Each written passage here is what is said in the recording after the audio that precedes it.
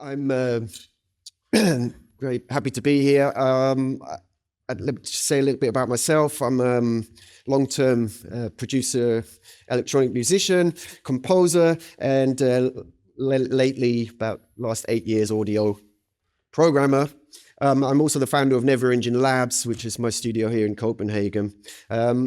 Today, I want to talk about Incline, which is actually a native desktop instrument. I want to talk about what it reveals about granular synths and also the process involved in artists creating new instruments. So before I always start, I always like to remind everyone of the significance of music and technology with this Karl-Heinz Stockhausen phrase. So I like to start from this always. Just remember that we're not audio golfing or noodling. We're actually reflecting into the future. Another thing that's interested me for a long time, well, back to 1994, where I released a record called Artists in Charge of Expert Systems on Mosquito Records. No? Okay, well, anyway, it's pretty good. And last year it got licensed by some top German DJ again, so that's like 30 years later. But the resonance is important for where we're going here. This is the software I'm talking about. It's actually an instrument that turns fixed audio stereo into a navigable sonic terrain. Hence the name topersonic, because it's like topographic, but I swapped out the visual part, right, to topersonic. So before I show you what it does, I just want to talk about why it exists, and also what's interesting is this backstory, like how it was made possible.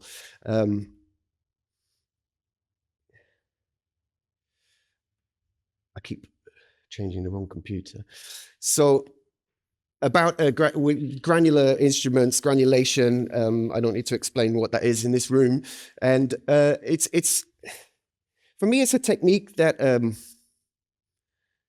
really touches on some of the fundamentals and constants of electronic music. We have the stateless oscillator, also called the window or the envelope, which wraps grains. We have the idea that audio can be segmented. And I think that means like chopping, cutting up. There's been problems for me with granular instruments. I've made quite a lot of them in Kima and other approaches, but I've always found that like the segmentation, the decisions of why you're chopping this into bits is really disassociated from what it is you're chopping up. So it's kind of straightforward with the beat. When you're beat chopping, it's like I'm chopping on the beats and I want to make new beats by reorganizing on the transients. But, if you're not doing that, if you're working with field recordings or just entire songs, what is the association? The other thing is that it tends to be about kind of blind time-ordered slicing, often just a division of the total length. So yeah, that idea of like not enough reasoning behind a musical decision is something that I consider a lot when I'm working with instruments. Like why am I taking these decisions? So Incline sort of inverts this usual pipeline, and it considers that the act of segmentation, which is an act of organization of material, that is the music. That is the start of the music. It's your material. And so it shouldn't be something that you just cut according to a division. So in my app, I give control over to how that segmentation and organization happens to the composer. We'll have a look at it shortly, but it then sort of, what it's going to do is like the analysis stage before you begin to explore with the sound. You get this analysis first. It's very fast, and it does a multidimensional analysis of spectral information. So that the spectra becomes a source of truth. So here's the map I've been hinting at. It's a performance surface. The circles on the contours, they are one source file, one layer, and then there's triangles and squares and crosses, the things that I took from actual topographic maps, because they have these nice simple glyphs. So they get organized according to a PCA algorithm initially. So they're organized, there's some simple mappings, like the bigger ones are louder, the colors map to the conventional timeline that we see here. So the gradient, the purple ones are here, and so you get an instant appreciation that this arrangement is not time related whatsoever. But when you then sonify it and move this cursor around, either manually with MIDI or with the built-in contour sequencer, which is, it will track the contours and play 3 different modes. We'll have a look at that shortly. What you get is this, because of the analysis stage, you get these clusters are all, they make sense. They're all spectrally to the ear. To the ear, they make sense because the spectra is the source of truth. They're clustered together, not randomly, they're clustered together because they're similar, but they may be from very different parts of the file and completely different audio. In case some of you might be wondering what that word corpus means, because I also learned it. I'm not a data scientist, I'm a composer. So I love these sorts of words when Latin sticks around and makes it into modern technology.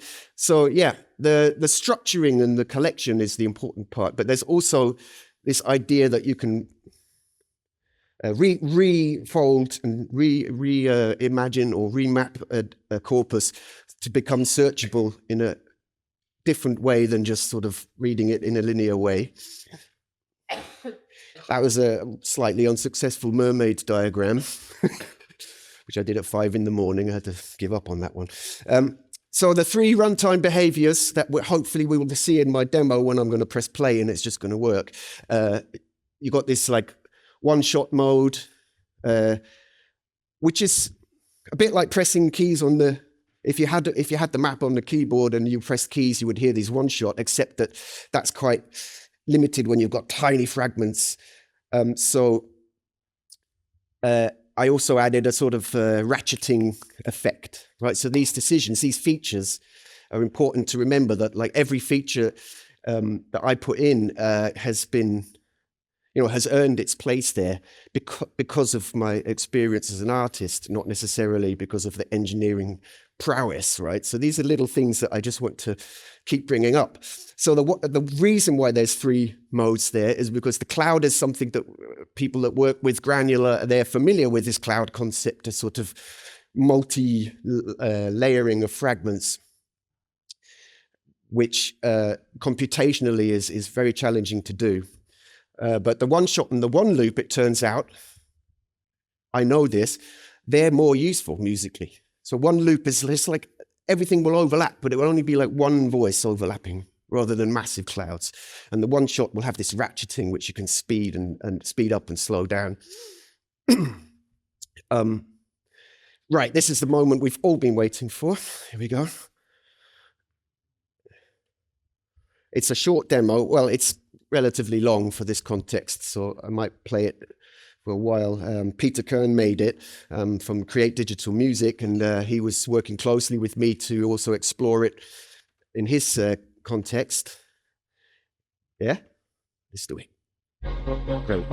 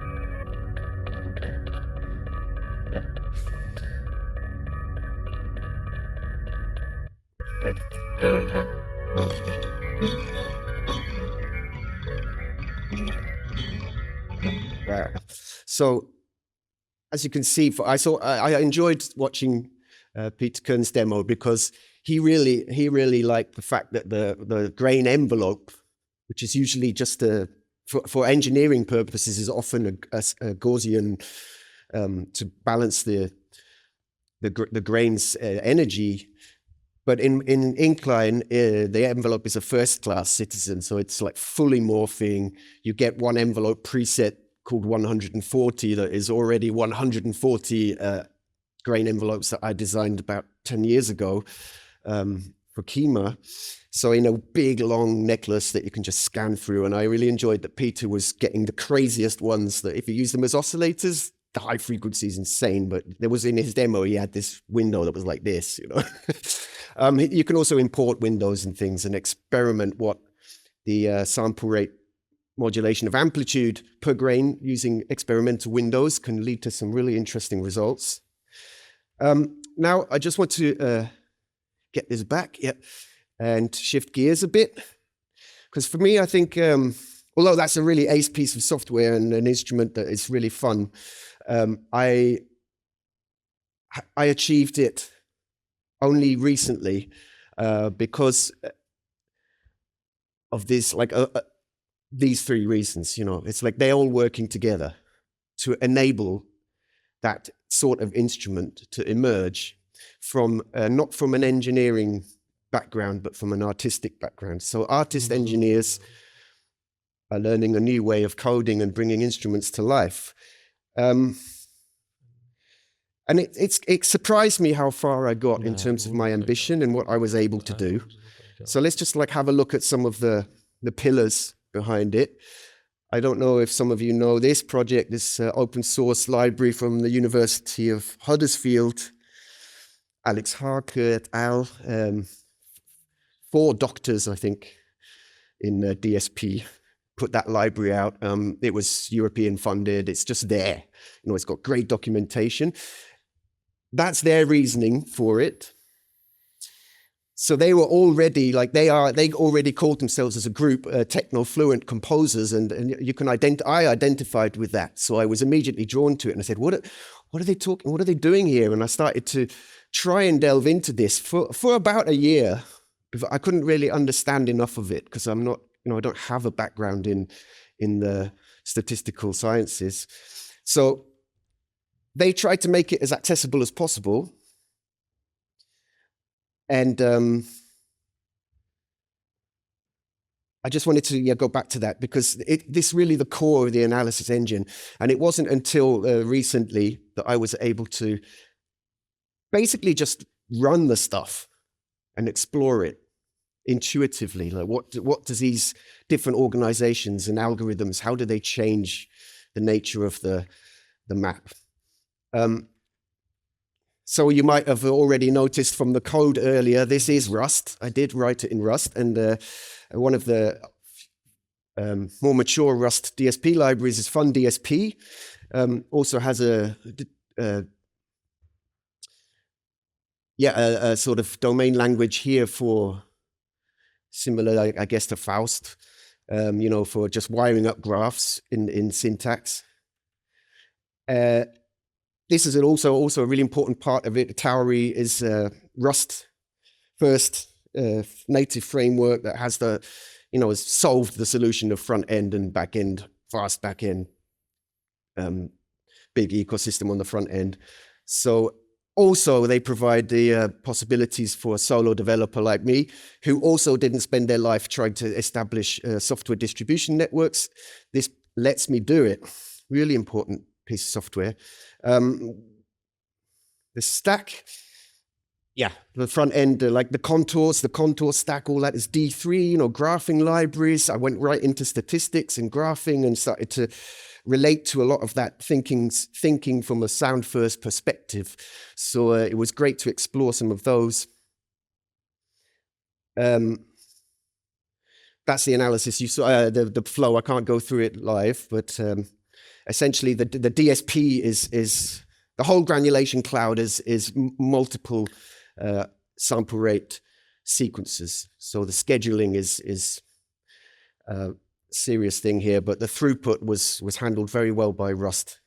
And I only chose one effect instead of like the typical, I'm going to throw in all these effects. It's like, I just want the best effect of all, which is echo delay, right? So, you know, coded that perfectly, and it's wonderful for granular work. A little bit about the concept and the word incline. Yeah, I love this idea of like a unison of contours, because I feel that like we're going through this stage with the LLMs and LLM assisted coding and agentic coding that enables artists like myself to like get hold of that last means of production that I couldn't get hold of. I can do distribution, I could do the artwork, I can do all that stuff, but I couldn't do the engineering of the tools. So it's a really critical time where I can come with my creative knowledge and slam it into the LLMs. It means it's as I said on the first slide, I personally feel, I know there's controversy and lots of things around it, but I feel that it's this aspect of LLM-assisted development that is going to change the nature of the learning curve. You know, it's no longer a learning curve. It's like this stack of contours, because you are hitting all these different technologies.